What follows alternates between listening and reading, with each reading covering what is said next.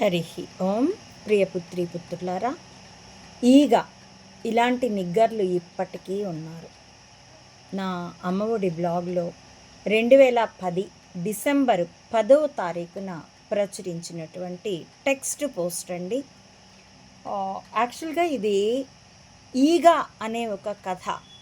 దాన్ని నేను మెదళ్ళే ఆయుధాలుగా యుద్ధానికి, నా జీవితానికి కూడా అనువర్తించి అప్పట్లో ప్రజెంట్ చేసిన పోస్టు. ఇది ముని సురేష్ పిళ్ళై. ఆయన కూడా గొప్ప రచయిత.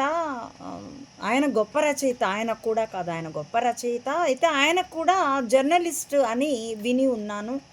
వారి నవలలు, కథలు ప్రసిద్ధి కూడాను. కానీ ఈ కథ నేను చదివేప్పటికీ ఆయన పేరు నాకు అదే తొలి పరిచయం. ఆయన కథని నేను నా బ్లాగ్లో కూడా ప్రచురించాను, అంటే టపాకాయలో ఫైర్ పాట్లో ప్రచురించాను. దాని లింక్ నేను మీకు డిస్క్రిప్షన్లో ఇస్తాను. లేదు మీరు ముని సురేష్ పిళ్ళై గారి దీన్ని వెతుక్కోవచ్చు. ఆ కథని నేను ఆర్ద్రత కోసం ఆయన కథని యాజ్ ఇట్ ఈజ్గా చదివి వినిపిస్తున్నాను మీకు. దానిపైన నా అనువర్తన కొనసాగిస్తాను. కొంచెం పొడవు ఉండొచ్చు, ఎందుకంటే ఆయన కథ పొడవుగా ఉంది గనక. అయినా కానీ ఆ భాష, ఆ భావపు సాంద్రత పంచుకునేటందుకు యథాతథంగా చదువుతున్నాను. ఈగ. హ్యారిస్ ఒక నిగ్గర్, మనిషి కాదు. నిగ్గరంటే నిగ్గరే. వాడెవరని, వాడికి వివరణ ఏం చెప్పగలం? వాడు బానిస పని చేయడానికి పుట్టినవాడు. మనుష్య జాతి బానిసత్వం చేయించుకునేది, నిగ్గరు జాతి చేసేది. అయ్యయ్యో, అలా మాట్లాడతారేమిటి? అందరూ మనుషులు ఎలా అవుతారు? ఇప్పుడు పులి, చిరుత పిల్లి లేదా చిరుత పిల్లి ఉన్నాయి. వర్ణం, వేగం, పరిమాణం ఒకంత తేడా, అంతేగా. అంత మాత్రాన మూడు ఒకటే అనం, ఒకే జీవ కుటుంబం అని మాత్రం పాఠ్యపుస్తకాలు చెప్తాయి. అచ్చం అలాగే మనుషులు, నిగ్గర్లు ఒకే కుటుంబం కావచ్చు, కానీ ఒకటే జాతి మాత్రం ఖచ్చితంగా కాదు. హ్యారిస్ నికార్సైన నిగ్గరు, కొంచెం కూడా కల్తీ ఉండదు. అంటే అతని వంశంలో ముందు తరాల ఆడవాళ్ళు ఎవ్వరికీ మనుషులు అనే తెల్ల దొరలతో కల్తీ జరిగి ఉండలేదు. బాగా కాలిన చింతబొగ్గులా నిగనిగలాడుతూ ఉంటాడు. రంగు వెలసిన రింగుల జుత్తు తలను అంటి పెట్టుకొని కొరచగా ఉంటుంది. దూడ పెదాలు, బండబారిన ఒళ్ళు. అతని ఆలోచనల్లో కూడా కల్తీ లేదు. నికార్సుగా బానిస పని చేయడం మినహా అతడి ఆలోచనలో మరోటి ఉండేది కాదు. యజమాని పిలిచి పురమాయించకముందే పని ఏంటో అర్థం చేసుకొని అల్లుకుపోయేవాడు.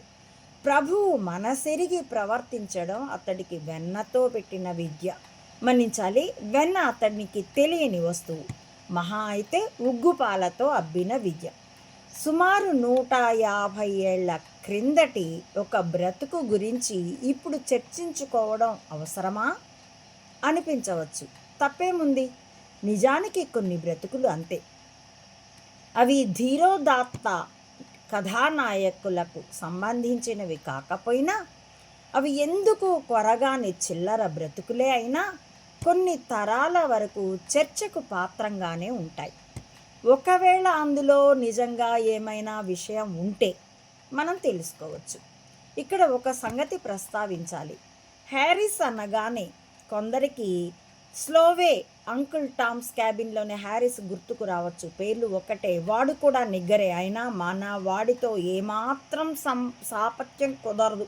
వాడు సంకరం, రూపంలో కొద్దిగా దొరల వాసన అదనం. కనీసం కష్టపడి వేషం మారిస్తే దొరేనని భ్రమింపజేయగలడు. వాడికి తెలివితేటలు ఉన్నాయి, చదువు కూడా ఉంది. అన్నిటినీ మించి బానిస పని నుంచి కెనడా పారిపోవాలనే కోరిక ఉంది. విముక్తి, స్వేచ్ఛ మీద కోరిక. అందుకోసం అడ్డొచ్చిన మనుష్య మృగాల్ని గుండేసి పేల్చేయగల గుండె ఉంది. దెబ్బతిన్న శత్రువును ఆసుపత్రిలో చేర్పించే మనసు ఉంది. చివరి దశలో అయినా వాడికి ప్రభువు మీద విశ్వాసము మళ్ళుతుంది. మన హేరిస్ సంకరం కాదు. ఈ లక్షణాల్లో ఒక్కటి తన దరి చేరనివ్వడు. వాడి భయానికి, భక్తికి, విధేయతకు పాత్రుడు కాగల ప్రభు వల్ల ఒక్కడే. వాడు తనకంటే 2 ఏళ్ళు చిన్న అయిన జార్జి దొర దగ్గర పని చేస్తాడు. హేరిస్ కంటే వాడి ప్రభు 2 ఏళ్ళు చిన్నవాడు. అప్పట్లో ఒక సంఘటన జరిగింది. అంటే హేరిస్కు బహుశా 4 ఏళ్ల వయస్సు ఉన్నప్పుడు జార్జి తండ్రి జిమ్ హేరిస్కు 2 ఏళ్ల వయసు ఉన్నప్పుడు వాణ్ణి కొన్నాడు. సాధారణంగా అంత పసి వయస్సులోని నిగ్గరు పిల్లల్ని ఏ యజమాని కొనడు. పైగా అప్పటికే ఆ ఇంటి బానిసలకు పుట్టిన పసివాళ్ళుంటే కొత్త వారిని కొనడం శుద్ధదండగా. పనికి ఉపయోగపడని వాడికి రోజుకి పిడికెడు జొన్నలే విదల్చాల్సి వచ్చినా అది కూడా దండగే కదా. బేరగాళ్ళు మాత్రమే కొంటారు. తక్కువ ధరకు దొరికే పిల్లల్ని కొంచెం ఒళ్ళు కాయగానే కోడే వయసు వరకు పోషిస్తే మంచి ధరకు అమ్ముకోవచ్చునని అనుకుంటారు. గిత్తదూడల్ని పెంచినట్టు. నిగ్గరు పిల్లల విషయంలో సాధారణంగా అమలయ్యే సూత్రం ఇది. జిమ్ ఇందుకు భిన్నంగా నడుచుకునే మానవాతీతుడేమీ కాడు. అతనిది అంత దయార్ద్ర హృదయమూ కాదు. అయితే తన 2 ఏళ్ల కొడుకు జార్జికి ఆటలాడుకునే వయసు వచ్చింది అని అతడు గుర్తించాడు. మామూలు ఆటలతో పాటు బొమ్మగుర్రం ఎక్కి గుడ్డతో చేసిన ఒక బుల్లి కొరడా పట్టుకుని అటు ఇటు సవారీ చేస్తున్నాడు. ఓ బానిసను పిలిచి ఒంగోపెట్టి వాడి వీపు మీద గుర్రం ఎక్కి చల్ చల్ మని అదిలిస్తూ అటు ఇటు తిరుగుతున్నాడు. అచ్చం దొరలాగే చేస్తున్నాడనుకున్నాడు జిమ్ ఆ ఆటలన్నీ చూసి. అయితే చేతులు కట్టుకుని తల వంచుకుని నిలబడి ఆ బుల్లి కొరడా దెబ్బలు తినడానికి ఓ నిగ్గరు కూడా ఉంటే తన ఆటలో దొరతనం పరిపూర్ణంగా ఉట్టిపడుతుందని జిమ్కి అనిపించింది. అప్పుడు కొన్నాడు హ్యారిస్ను. అలా శరీరాన్ని సుతారకంగా తాకే బుల్లి గుడ్డ కొరడా దెబ్బలు తింటూ యజమాని సరదా కోసం ఆ నొప్పికి విలవిల్లాడుతున్నట్లుగా నటించడంతో వాడి జీవితం మొదలయ్యింది. ఇప్పటికి చర్మం చీల్చే కొరడా బలంగా తాకినా చెలించని స్థితికి వచ్చాడు. యజమాని తనకు చేయి తీపుగా అనిపించినప్పుడల్లా కాసేపు కొరడా దెబ్బలు కొడుతూ వాడి దేహాన్ని అంత దృఢంగా తీర్చాడు. మరి ఇదంతా వేరే సంగతి. హ్యారిస్కు 4 ఏళ్ల వయసు ఉన్నప్పుడు సంఘటన జరిగిందని చెప్పుకున్నాం కదా. చిన్న యజమాని ఆట సవారీ వేళ దెబ్బలు తినే హేరిస్ మిగిలిన సమయాల్లో చిన్న చిన్న పనులు కూడా చేసేవాడు. ఓసారి ఏమైందంటే జిమ్ పెద్దగా దగ్గి ఉమ్మాడు. అది ఓ మూల కిటికీ ప్రక్కగా గచ్చు మీద పడింది. హ్యారిస్ దాన్ని గమనించి తుడి చేయడానికి ఇంట్లోకి వెళ్ళి ఓ మురికి గుడ్డ తీసుకువచ్చాడు. ఈలోగా ఒక తమాషా జరిగింది. ఎక్కడి నుంచో ఈగ ఒకటి ఎగురుకుంటూ వచ్చి భోజనానికి కూర్చున్నట్లుగా ఆ శ్లేష్మం మీద వాలింది. అంతే, ఇక అక్కడ చిక్కుబడిపోయింది. తుడి చేయడానికి గుడ్డ తీసుకువచ్చిన వాడికి అది వింతగా అనిపించి ఏమవుతుందో చూద్దామని మెరిసే కళ్ళతో గమనిస్తూ కూర్చున్నాడు. కాసేపు ఎగిరిపోవడానికి రెక్కలల్లార్చి ప్రయత్నించింది. ఆ ప్రయత్నంలో మరింతగా దానికే అతుక్కుపోయింది. దానికి ఎగిరిపోవాలని ఉన్న కోరికను వాడు తెలుసుకున్నాడు. అయితే అయ్యో అనిపించలేదు. అది అలా విలవిల్లాడుతుండగా చూడ్డం వాడికి ఓ క్రీడలాగా తోచింది. కాసేపు ఆగి అది కొద్దిగా కదిలి మళ్ళీ ఊరకుండిపోయింది. చూసి చూసి హేరిస్కు బోర్ కొట్టింది. కాసేపు అటు ఇటు తిరిగి వచ్చి మళ్ళీ చూశాడు. శ్లేష్మం తడారుతుంది. అది ఎగరలేదు. కానీ ఓసారి చిన్నగా కదిలింది. ఓహో, ఇంకా పూర్తిగా చావలేదన్నమాట అనుకుని వెళ్ళిపోయాడు. మధ్యాహ్నం వేళకి గుర్తొచ్చినప్పుడు వచ్చి చూస్తే అప్పటికే అక్కడ బాగా ఎండిపోయి ఉంది. అతుక్కుపోయినట్లున్న ఈగ శవం సహా. ఎందుకో తెలియదు కానీ ఈ క్రీడ యావత్తు వాడి పసి మనస్సులో ముద్రపడిపోయింది. హేరిస్ పెరిగి పెద్దవాడయ్యాడు. జిమ్ ఉక్కు క్రమశిక్షణలో వాడు మహా కటువైన బానిసగా రాటుదేలాడు. వాడిని చూసి జిమ్కు గర్వంగా ఉండేది. జిమ్ ప్రతి ఏటా ఒక రోజున బానిసల వ్యాపారులందరినీ తన ఇంటికి పిలిపించేవాడు. తెల్లవారుజామునే హేరిస్కు ఒక బండ చాకిరీ పని అప్పగించేవాడు. ఇక ఇంటికి వచ్చిన వ్యాపారులకు వాణ్ణి చూపిస్తూ బ్రాందీ, వేయించిన మాంసంతో విందు చేసేవాడు. హేరిస్ చాకిరీ నిరంతరాయంగా అలా రోజంతా సాగుతూనే ఉండేది. అలుపు సొలుపు ఉండేది కాదు. ఒళ్ళు విరుచుకోవడానికైనా ఓ క్షణం ఆగేవాడు కాదు. అమ్మా అని మూల్గి ఎరగడు. వ్యాపారులు వాడి ఒంట్లో సత్తువ చూసి విస్తుపోయేవాళ్ళు. పొద్దు గుంకాక జిమ్ ఎంతో దయగా వాడిని పిలిచి ఇక ఆపి వెళ్ళి తిని పడుకోమని అభివాదం స్వీకరిస్తూ ఆదేశించేవాడు. విందు వడ్డించిన మేజాల మీద దీపాలు వెలిగించిన తర్వాత వ్యాపారులతో సంభాషణ నడిచేది. ఇప్పుడు చెప్పండి, ఎంత ఇవ్వగలరు? $2000. ఛీ! నోట్లోంచి పైపు తీసి జిమ్ చీత్కారంగా ఉమ్మేవాడు. 5000, 8, నేను 10,000. మొహంలో హావభావాల జాడ దొరకనివ్వని జిమ్ నుంచి వారికి స్పందన తెలిసేది కాదు. అలా ఆ పాట మాత్రం చాలా వేల వరకు సాగేది. ఎంతవరకు అంటే బ్రాందీ సీసాలు, మాంసం వేపుడు మొత్తం ఖాళీ అయ్యే వరకు. చివరగా జిమ్, మిత్రులారా మీకు ధన్యవాదాలు, బ్రాందీ మాంసం బాగున్నాయి, ధర రుచించలేదు, నేను అమ్మబోవడం లేదు అని తేల్చేసేవాడు. వాళ్ళు మాత్రం బాగా తాగిన తృప్తితో ఒకటో జాతి నిగ్గర్ను చూసిన విషయాలనే మాట్లాడుకుంటూ తూలుకుంటూ తమ గుర్రపు బళ్ళు ఎక్కి వెళ్ళిపోయేవారు. జిమ్ మాత్రం ఓసారి మీసం మెలేసుకొని నా శిక్షణలో ఈ నిగ్గరవాడు బాగా రాటు తేలాడు. ఈ ఏడాది నా సంపద ఇంత విలువ చేస్తుందన్నమాట అనుకుని నిద్రపోయేవాడు. అసలు హేరిస్ను అమ్మాల్సిన అవసరం కానీ అమ్మే ఆలోచన కానీ జిమ్కి లేనేలేవు. ఆ వేలం పాట అతడు ప్రతి ఏడాది క్రమం తప్పకుండా నిర్వహించే ఓ క్రీడ, అంతే. జిమ్ వృద్ధాప్యం సమీపించినప్పుడు చచ్చిపోయాడు. ఎందుకో తెలియదు కానీ మృత్యువు తనంతగా తలుపు తట్టకముందే ఒకనాడు తుపాకీతో కణతకు గురిపెట్టి కాల్చుకుని చచ్చిపోయాడు. ఎందుకో రచయిత చెప్పలేదండి. తర్వాత సంపద యావత్తు జిమ్ నుంచి జార్జికి సంక్రమించింది. హేరిస్ అలాంటి ఎంతోమంది బానిసల సహా. జార్జి తరహా వేరు. కొడుకుతో జిమ్ అతి తరచుగా అంటూ ఉండేవాడు, నా తదనంతరం నువ్వు నాకు మంచి పేరు తెచ్చిపెట్టాలరా అబ్బాయి అని. నిగ్గరులతో వ్యవహారం విషయంలో మంచిగా ఉండడం అనేది అసంభవం. అదెప్పుడు ఒకే రీతిగానే ఉండేది. అలాంటప్పుడు మరణించిన తర్వాత మంచి పేరు కొత్తగా సృష్టించడం ఎలాగన్నది మాత్రం జిమ్ ఏనాడు వివరించిన పాపాన పోలేదు. తండ్రి కోరిక గుర్తుంచుకొని దాన్ని ఆచరణలో పెట్టేందుకు కష్టపడేంత బలహీన మనస్కుడు కాదు జార్జి. జార్జికి తండ్రి కోరిక గుర్తులేకపోయినా అతని వ్యవహారం మాత్రం ఆ తరహాలోనే సాగింది. తండ్రి కంటే క్రూరంగా ఉండగలిగితే తండ్రే మంచివాడని అందరూ అనుకోవడం లోకరీతి.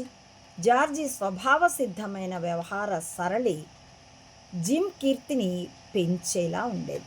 జార్జి ఇంకాస్త జల్సారాయుడు. నిగ్గరు జాతి పనితనం మీద అతడికి విశ్వాసం ఇంకాస్త ఎక్కువ. పగలంతా పొలం పనులు, రాత్రి దోమల కొట్టాల్లో నిద్ర. ఇవి కాకుండా మిగిలిపోయిన ఉదయం సాయంత్రం వేళల్లో తన బాలింసలు ఖాళీగా కూర్చుంటున్నట్లు గుర్తించాడు. జొన్న రొట్టెలు కాల్చుకునే పొయ్యిల ప్రక్కన గుర్రపు శాలల్లో 4-5 కూర్చొని మాట్లాడుకోవడం అతని కంటపడింది. చదువు లేదు, బాహ్య ప్రపంచం ఎరగరు, వారికంటూ బంధుత్వాలు స్నేహాలు లేవు. పని మినహా వారికి ఇంకే వ్యాపకమూ లేదు. మరి ఏం మాట్లాడుకుంటారు వాళ్ళు ఖాళీ సమయమంతా? జార్జికి ఆశ్చర్యం వేసింది. కొంతసేపు ఆలోచించాక భయం కూడా వేసింది. వాళ్ళ మాటల్లో స్వేచ్ఛ ప్రస్తావన గనక వస్తే అప్పుడప్పుడే ఉత్తరాది అమెరికా రాష్ట్రాల్లో కూడా స్వేచ్ఛ కోసం కొందరు నిగ్గర్లు కెనడా పారిపోవడం వంటి సంఘటనలు చెవిన పడుతున్నాయి. అలాంటి ప్రమాదం తలెత్తకముందే మేలుకోవాలనుకున్నాడు. వాళ్లకు చేతి నిండా పని కల్పించలేక, ఏమీ తోచక, పోసుకోలు కబుర్లు చెప్పుకోవాల్సి వచ్చేలా ఖాళీ సమయం దొరకనివ్వడం తన వైఫల్యంగా, తప్పిదంగా భావించాడు. పైగా తండ్రి ఇచ్చిన సంపదను పెంచినప్పుడే తన ప్రతిభ ఉన్నది ఉన్నట్లుగా వ్యవసాయం చేయించి రోజులు గడిపితే తన గొప్పదనం ఏముంటుంది? ఈ ఆలోచనలతో తన నిగ్గర్లను ఎస్టేటుకు దగ్గరలోని ఓ ఫ్యాక్టరీలో కూలికి కుదిర్చాడు. పొలం పనికి ఆటంకం రాని షిఫ్టుల్లో. అలా బాహ్య ప్రపంచంలోకి వెళ్తే విముక్తి గురించిన మాటలు వాడికి తెలియవచ్చునన్న భయం ఉండాలి కదా అని మీకు అనిపించవచ్చు. జార్జి అంత తెలివి తక్కువ వాడేమీ కాడు. ఆ ఫ్యాక్టరీ యజమాని గురించి ముందే సర్వం ఆరా తీశాడు. అతడు తనకంటే గట్టివాడు. ఫ్యాక్టరీ మోటారు బండి ఎస్టేటు వద్దకు వచ్చి నిగ్గర్లను ఎక్కించుకు వెళ్ళేది, తీసుకొచ్చి దింపేది. బండి ఎక్కిన దగ్గర నుంచి దిగే వరకు ఏ ఇద్దరు నిగ్గర్లు కనీసం పలకరించుకున్నా ఒళ్ళు చీరేసేవాళ్ళు. ఇక స్వేచ్ఛ మాటలకు సందు ఎక్కడిది? వారి పనికి చెందిన కూలీ సొమ్ము మాత్రం యథారీతిగా జార్జికి అందేది. హ్యారిస్ను మాత్రం ఫ్యాక్టరీ పనికి పంపలేదు. జార్జి ఆలోచన వేరు. హ్యారిస్ ఎంత గొప్ప పనిమంతుడో, బానిసో వేరొకరికి తెలియడం అతనికి ఇష్టం లేదు. ఏమో, ఏ క్షణాన పరిస్థితులు ఎలా మారుతాయో. వాస్తవం ఒక్కోసారి ఎంతో విభిన్నంగా ఉండవచ్చు. భవిష్యత్ సంభావ్యతల గురించి మనం చేయగల అన్ని రకాల ఊహల కంటే. అందుకే అతడు తండ్రి ప్రతి ఏటా కొనసాగించే హేరిస్ వేలం పాటల్ని తన హృదయంలో పూర్తిగా నిలిపేశాడు. అలాంటి జార్జి అందరూ ముక్కున వేలేసుకునేంతటి హేరిస్ పనితనం నలుగురికి తెలిసేలా బయటకి పనికి పంపేటంతటి మూర్ఖుడు కాడు. జార్జికి హేరిస్ పట్ల అవ్యాజమైన ద్వేషము, అసూయ, ఎందుకో తెలియని కసి, కొద్దిగా సానుకూల దృక్పథం కలగలిసి ఉండేవి. తనకంటే తనూహించనంత బలమైన వాడు కావడం, ఏ క్షణాన పారిపోతాడోనని తనను నిత్యం ఆందోళనకి గురి చేస్తుండడం, అకారణంగా దండించి తీవ్రంగా హింసించిన కిక్కురు మనకుండా పడి ఉండడం హేరిస్ పట్ల మొదటి 3 భావాలకి మూలం. ఇది అసూయ, ఎందుకో తెలియని కసి, ద్వేషాలకి. అవును మరి, హింసించేవాడికి బాధను చూసినప్పుడే కదా తృప్తి. అవి అంతర్లీనంగా, పరోక్షంగా అతడికి తెలియకుండానే అతన్ని మదన పెడుతుండేవి. ఇకపోతే హ్యారిస్ను చంపితే అలాంటి వాడు ఇక జన్మలో దొరకడన్న భయం ఒక్కటే వాడి పట్ల చివరిదైన సానుకూల దృక్పథాన్ని బతికిస్తూ ఉండేది. హ్యారిస్ పట్ల జార్జి ప్రవర్తన అందుకే ఎంతో విచిత్రంగా, విలక్షణంగా ఉండేది. వాణ్ణి ఇంట్లో ఉంచుకొని తనకు తోచినప్పుడల్లా పిలిచి కొరడాతో 4 దెబ్బలు కొట్టేవాడు. అకారణంగా శిక్షించాననే రాక్షస సంతృప్తి పొందుతూ కొట్టినా వాడు బాధపడలేదనే విచారం మధ్య విరమించుకునేవాడు. హ్యారిస్ నికార్సైన నిగ్గరు. జార్జి వాడికి ప్రభు. జార్జి తిట్లే వాడికి పవిత్ర వాక్యాలు, మరొకటిగా ఎంచడు. హ్యారిస్ అభావంగా ఉండేవాడు. బాధ, ఆనందాల స్పందనలు వాడి మొహంలో తెలిసేవి కాదు. బహుశా ఆనందించే సందర్భం వాడికి తటస్థపడి ఉండకపోవచ్చు కూడా. వాడికి ఓ నిగ్గరు పిల్లతోనే పెళ్లి కూడా జరిగింది. నిగ్గర్లకు ఓ వీనస్ ఉంటే ఆ పిల్లలా ఉండేదేమో. వాడికి ఓ కొడుకు కూడా పుట్టాడు. ఓసారి గుర్రపు బండిపై వచ్చిన జార్జి అతిథికి విందు భోజనం వడ్డించే పని ఆ పిల్లపై పడింది. మర్రోజు ఉదయం ఆ అతిథి విక్రయపత్రం రాయించుకొని దాన్ని వెంటబెట్టుకుని వెళ్ళిపోయాడు. ధర్మం కాదు గనక పసిబిడ్డను తల్లి నుంచి వేరు చేయకుండా వెంట పంపేశారు. ఆ సందర్భంలో కూడా హ్యారిస్లో ఎవరూ దుఃఖాన్ని చూడలేకపోయారు. ఎప్పటిలాగే బానిసగానే ఉండిపోయాడు. బంధాన్ని, బాధని ఏనాడు ఎంచలేకపోయిన వాడికి స్వేచ్ఛ, విముక్తి గురించిన ఆలోచన ఎప్పుడైనా వచ్చిందో లేదో కూడా ఎవ్వరికీ తెలియదు. వాడు బాగా బ్రాందీ తాగి మరో 2 రోజుల వరకు లేవలేనట్టుగా పీనుగలాగా నిద్రపోతున్నాడు. జేమ్స్ వచ్చి చెప్పాడు. ఆ మాటలు జార్జి గురించేనని హ్యారిస్కి తెలుసు. ఇవాళ చాలా మంచి రోజు, అందుకే నేనే దగ్గరుండి ఓ కుండెడు తాగించాను లమ్ కొడుక్కి. ఓ బూతు వాడాడు. ఇప్పుడు మనం తప్పించుకోవచ్చు, పోదాం పద. హ్యారిస్ ఆ సమయంలో తన కొట్టంలో కూర్చుని చీకటిలో తనని కుట్టి బాధించడానికి ప్రయత్నించి విఫలమవుతున్న దోమల్ని సరదాగా చంపుతున్నాడు. చీకట్లో అతడి దేహం అతడికే కనిపించకపోయినా ఆ వేళలో అక్కడికి వచ్చాడు జేమ్స్. జేమ్స్ అంటే జార్జి ఎస్టేట్లో హ్యారిస్ సహబానిస, ఫ్యాక్టరీ కూలీకి వెళ్ళిన వారిలో ఒకడు. ఎన్నడూ ఆ విషయం మాట్లాడకపోయినా స్వేచ్ఛ అంటే ఇచ్చ ఉన్నవాడు. అందుకు ఇప్పుడు మార్గం కనిపెట్టినట్లుగా ఆశగా హ్యారిస్తో అన్నాడు. హ్యారిస్ అసలు సిస్సలు నిగ్గరతనం అతన్ని మాట్లాడనివ్వలేదు. సంశయిస్తున్నాడేమో అనుకుని జేమ్స్ మరింత ఆశ పుట్టించేలా చెప్పాడు. ఏ ప్రమాదము ఎదురవదు. సునాయాసంగా కెనడా వెళ్ళే ఉపాయం కనిపెట్టాను. వీడు లేచేలోగా మనం బహుశా అక్కడ ఉంటాం. నేను రాలేను. ఏం? నేను జార్జి ప్రభువు కుటుంబ ఆస్తిని. బుల్లి జిమ్ దొర కొరడాతో ఎలా కొట్టగలడో నేను చూడాల్సి ఉంది, నేర్పాల్సి ఉంది.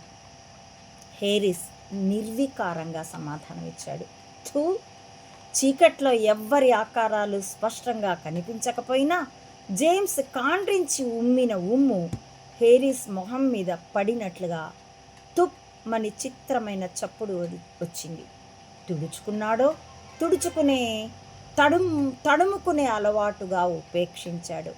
కాసేపు నిశ్శబ్దం రాజ్యమేలింది. అంతకంటే చిత్రంగా వెక్కిళ్ళు వినిపించాయి. జేమ్స్కు ఆశ్చర్యం అనిపించింది. ఎన్నేళ్లుగా చూస్తున్నాడు. వీడిలో కూడా స్పందనలున్నాయా? చెప్పుకోకపోవచ్చు. స్వేచ్ఛ కోరుకొని నిగ్గరు బతుకుండదు. ఏడుపులో కలిసి మాటలు ముద్దగా వస్తున్నాయి. మరిక ఏం? ఎగిరే ప్రయత్నం జరిగే కొద్దీ మరింతగా అతుక్కుపోతాం. 4 ఏళ్ల వయస్సప్పుడు మనోఫలకం మీద పడిన ముద్ర పలికించినట్టుగా ట్రాన్స్లోంచి ఆ మాటలొచ్చాయి. చేతకాని మాటలొద్దు. పరిస్థితి ఇంతకంటే భయంకరంగా ఉంటుందని భయం.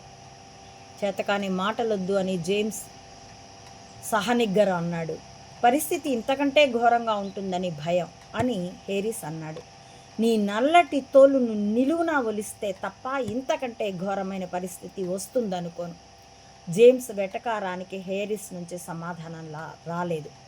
జేమ్స్ బరువైన అడుగుల చప్పుడు క్రమంగా దూరం అవడం మాత్రం హ్యారిస్ విన్నాడు.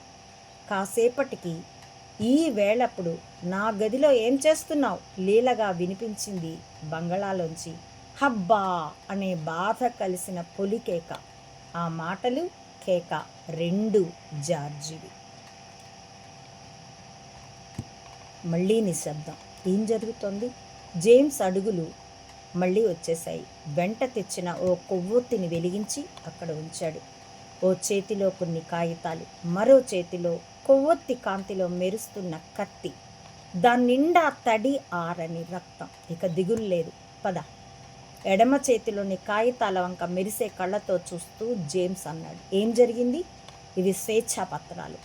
మనందరివి ముందే సిద్ధం చేయించాను. బాగా తాగాడుగా, మంచి నిద్రలో ఉన్నాడు. లేపగానే అరిచాడు. ఎడమ చెయ్యి నరికేశాను. కేక పెట్టాడు. సంతకాలు పెట్టమన్నాను. కుడి చేత్తో సంతకాలు పెట్టాడు. ఆ పని అయిపోయాక వాడి ప్రాణంతో మనకి పనేం ఉంది గనక అదో మాదిరిగా నవ్వాడు. అంతసేపు తదేకంగా మెరిసే కత్తినే చూస్తున్న హ్యారిస్ సంభ్రమంగా అన్నాడు, అయ్యో, అయితే ఇది ప్రభువు రక్తం. ఆ నిశ్శబ్దం చీకటికి మరిన్ని భావాల్ని పులుముతోంది. ఒక అనల్పమైన సంతృప్తిని, ఒక అకారణమైన భయ విహ్వలతని. నిశ్శబ్దం కొనసాగే కొద్దీ బలపడుతున్న ఆ భావాల గాఢతని భంగపరుస్తూ హేరిస్ పెదవి విప్పాడు. నా రక్తంలాగానే ఉందేమిటి? భలే కనుగొన్నావే మిత్రమా, నోరు మూసుకొని పద, జేమ్స్ అన్నమాట. నేను రాలేను. ఆ స్వరంలో అచ్చమైన నిగ్గరుతనం స్థిరంగా పలికింది. నువ్వే అన్నావుగా, స్వేచ్ఛ కోరుకోని నిగ్గరు బ్రతుకు ఉండదని. మళ్ళీ అన్నానుగా. ఎలాగో ఎరగను గాని ఎగరలేనంతగా అతుక్కుపోయాను. ఉన్నది నచ్చిందని కాదు, నచ్చేది దొరుకుతుందన్న నమ్మకం లేదు, ఉండాలని లేదు. అలాగని పోలేను. నిగ్గరు హ్యారిస్ మాటలు ఇంకా పూర్తి కానే లేదు. నేను నీకు స్వేచ్ఛను ప్రసాదిస్తున్నాను. ఎక్కువ సమయం తీసుకోకుండానే ఒక నిర్ణయానికి వచ్చినట్లుగా జేమ్స్ పలికాడు. అసలే మొండివాడైన జేమ్స్. ఆ నిశ్శబ్దం గాఢతలో చిక్కుబడిపోయిన భావాలకు ముగింపు పలికేలా ఉంది. జేమ్స్ ఒక్క ఊదుటున ఆ కత్తిని ఆ నిగ్గర్ హ్యారిస్ గొంతులో పాతేశాడు.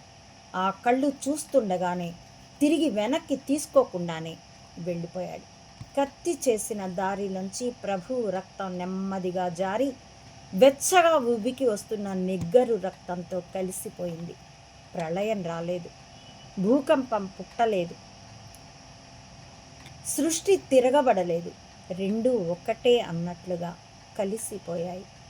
దోమల కొట్టాల్లో ఒక్కసారిగా పెద్ద కలకలం రేగింది.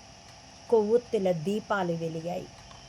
మరణించిన పాత్రికేయుడు ఎస్ఎం గౌస్కు ఇంకా మరణించని మరికొందరు మిత్రులకు ఈ కథ అంకితం చేశారు కెఏ ముని సురేష్ పిళ్ళై. ఇప్పుడు ఈ పోస్ట్ నాకు ఎందుకు గుర్తొచ్చిందంటే, దీని మీద నేను ఇచ్చిన వివరణ మొత్తం కలిపి ఒకే పోస్ట్లో ఇచ్చానండి. ఇప్పటికే నిడివి ఎక్కువైంది కాబట్టి నా వివరణని మరో వీడియోగా ఇస్తాను.